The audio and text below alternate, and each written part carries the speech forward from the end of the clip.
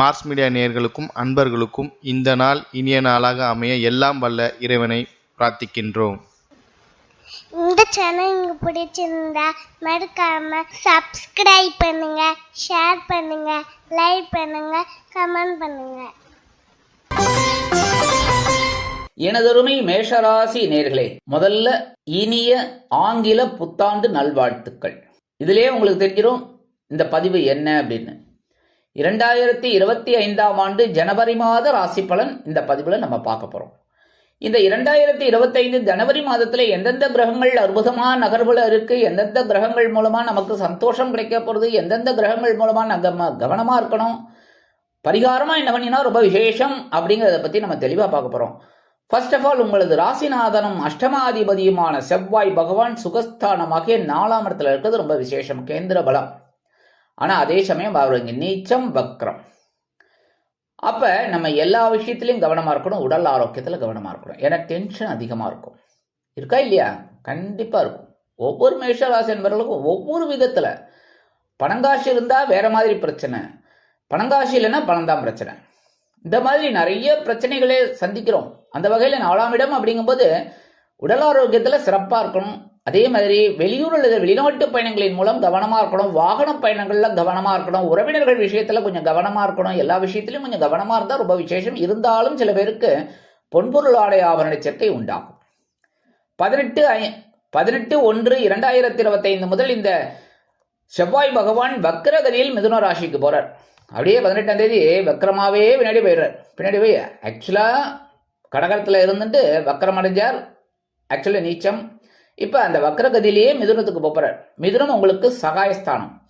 முயற்சிகளை கடுமையாக மேற்கொண்டீர்கள் என்றால் கண்டிப்பாக நன்மைகள் உங்களை தேடி வரும்.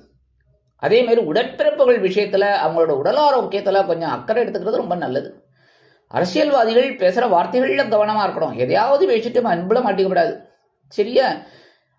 அந்த சீருடை பணியாளர்களாகிய காவல், இராணுவம், தீயணைப்புத்துறை, மருத்துவத்துறையில் வேலை பார்க்கும் அன்பர்களுக்கு எதிர்பார்க்கும் இடமாற்றம், பதவி மாற்றம், பதவி உயர்வு, சம்பள உயர்வு சிறிய அளவில் காலதாமதத்திற்கு பிறகு நிறைவேறும். அடுத்தபடியா 2/7 அதிபதி சுக்கிர பகவான் லாபஸ்தானத்தில் இருக்கார். அற்புதம். ஏன்னா இவர் தான் உங்களுக்கு தனவாக்கு குடும்பஸ்தானாதிபதி, களத்திராதிபதி. இந்த சுக்கிர பகவான் லாபஸ்தானத்தில் இருக்கிறது ரொம்ப விசேஷம். சனீஸ்வர பகவானோட சேர்ந்துட்டு அற்புதமா இருக்கார். இந்த சுக்கிர பயிற்சி பார்த்தீங்கன்னா உங்களுக்கு தெரியும், அற்புதமா இருக்கு, ரொம்ப சந்தோஷம். எடுக்கிற காரியங்கள்லாம் அற்புதமா இருக்கும். தொழில் வியாபாரம் சிறப்பா இருக்கும். சில கஷ்டங்கள் இருந்தாலும், சில பிரச்சனைகள் இருந்தாலும், சில சங்கடங்கள் இருந்தாலும் சவாலே சமாளி, சூப்பர்.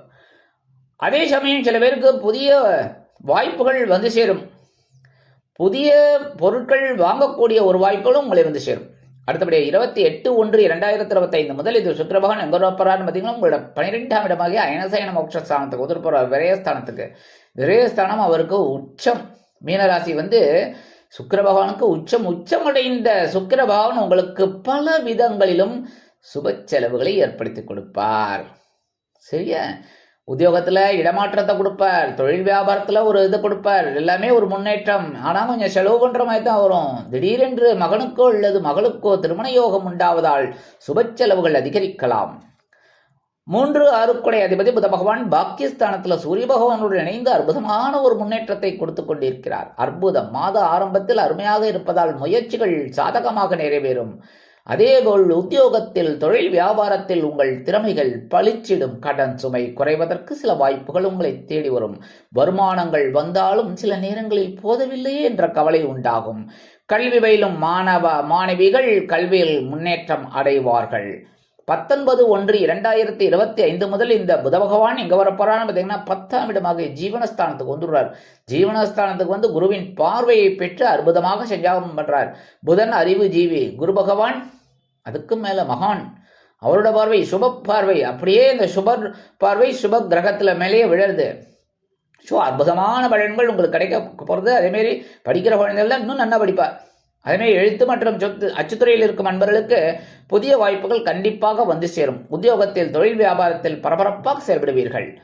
அடுத்தபடியா பஞ்சமாதிபதி சூரிய பகவான் பாக்கியஸ்தானத்தில் இருக்கார். அற்புதம். தந்தையார், தந்தை வழி உறவினர்கள் ஆதரவாக இருப்பார்கள். பூர்வீக சொத்துக்கள் உங்கள் கைக்கு வந்து சேர்வதற்கு வழி வகை வாய்ப்புகள் கண்டிப்பாக அமையும். குழந்தைகளின் மூலம் சில குழப்பங்கள் இருந்தாலும் சில சந்தோஷங்கள் கண்டிப்பாக அமையும். அடுத்தபடியா 14/1/2025 முதல் இந்த சூரிய பகவான் ஜீவனஸ்தானமாகிய 10ஆம் இடத்திற்கு வந்து திக்பலம் அடைந்து அற்புதமான குருவின் பார்வையையும் பெற்று சூப்பரா சஞ்சாரம் பண்றார். நீங்க உத்தியோகத்துல நீங்க தான் வச்ச சட்டம். அந்த மாதிரி ஒர்க் பண்ணுவீள்.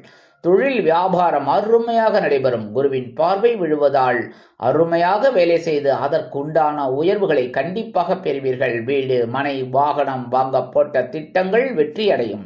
அடுத்தபடியா 9, 12 குடை அதிபதி குரு பகவான் தனவாக்கு குடும்பஸ்தானமாக 2ஆம் இடத்துல இருக்கிறது விசேஷம். ஆனால் வக்ரகதியில் இருக்கார். ஸோ தனபரவு உங்களுக்கு கொஞ்சம் அப்படி லேட்டா வந்துதான் கொஞ்சம் மனசுல ஒரு கவலை வந்து அதுக்கப்புறம் கிடைக்கும். உடனே வந்துடுதுன்னா நமக்கு ஒரு இது வந்துருமோ கர்வம், ஆஹா நினைச்ச இடத்துல டக்கு டக்கு டக்கு டக்குன்னு. அதனாலதான் கொஞ்சம் ஒரு கமா அப்படி போட்டு அவர் லைட்டா ஒரு கேப் விட்டாருன்னு வச்சுக்கோங்க. மனசுல நமக்கு பகவானோட நாமம் தான் ஞாபகத்துக்கு வரும், பகவானே காப்பாத்து அப்படின்னு. அப்ப டக்குன்னு உங்களுக்கு அந்த பணம் வரும், அந்த பிரச்சனை தீரும். ஸோ கொஞ்சம் லேட்டானாலும் லேட்டஸ்டா உங்களுக்கு இந்த வருமானம் வரும். ஆனாலும் குருவோட பார்வைன்னு பார்த்தீங்கன்னா 6ஆம் இடத்துல விழுந்து சமாளிப்பீங்க. கடனாக இருந்தாலும் சரி, உடல் ஆரோக்கியம் இருந்தாலும் சரி, மறைமுக எதிர்ப்புகள் இருந்தாலும் சரி, அருமையாக சமாளிப்பீர்கள். அடுத்த பார்வையாக 7ஆம் பார்வையாக உங்களது அஷ்டம ராசியை பார்ப்பதால் கஷ்டங்கள் படிப்படியாக குறையும். உடல் ஆரோக்கியம் சிறடையும். மனதளவில் இருந்து வந்த வேதனைகள் படிப்படியாக குறையும். அடுத்தபடியாக 9ஆம் பார்வையாக உங்களுடைய ஜீவனஸ்தானத்தை பார்க்கறதுனால ஜீவனம் விருத்தி அடையும். ஜீவனத்திற்காக நீங்கள் எடுத்த முயற்சிகள் சாதகமாக நிறைவேறும். அடுத்தபடியாக 10, 11 குடை அதிபதி சனீஸ்வர பகவான் லாபஸ்தானத்தில் இருக்கார். ஜீவனாதிபதி லாபகாதிபதி லாபஸ்தானத்தில் இருக்கார்.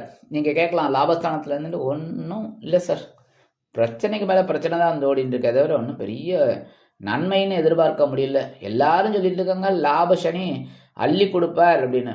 கண்டிப்பா இப்ப கிளம்பும் போது அவர் வந்து 12ஆம் இடமாகிய அயனசயன ஸ்தானத்துக்கு வரப்போறார். வரத்துக்கு முன்னாடியே உங்களுக்கு சில அற்புதமான ஒரு முன்னேற்றத்தை கொடுப்பார். பிடிச்சுக்கோங்க சரியா. வாய்ப்புகளை தவற விடாமல் பிடித்துக் கொள்வது உங்களது சாமர்த்தியம்.